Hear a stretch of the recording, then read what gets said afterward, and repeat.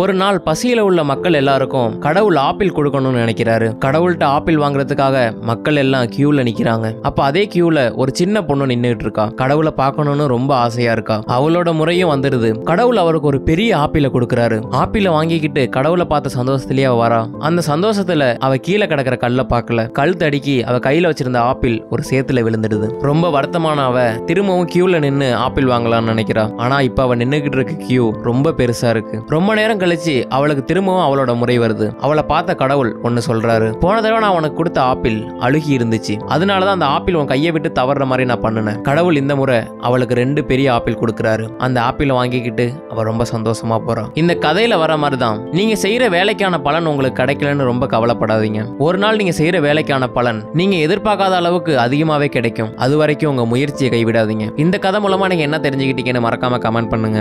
இந்த வீடியோ பிடிச்சிருந்தா இந்த வீடியோக்கு ஒரு லைக் பண்ணுங்க. மறக்காம ஸ்டாரி ஸ்டேட்டஸ் இன்ஸ்டாகிராம்ல ஃபாலோ பண்ணிக்கங்க.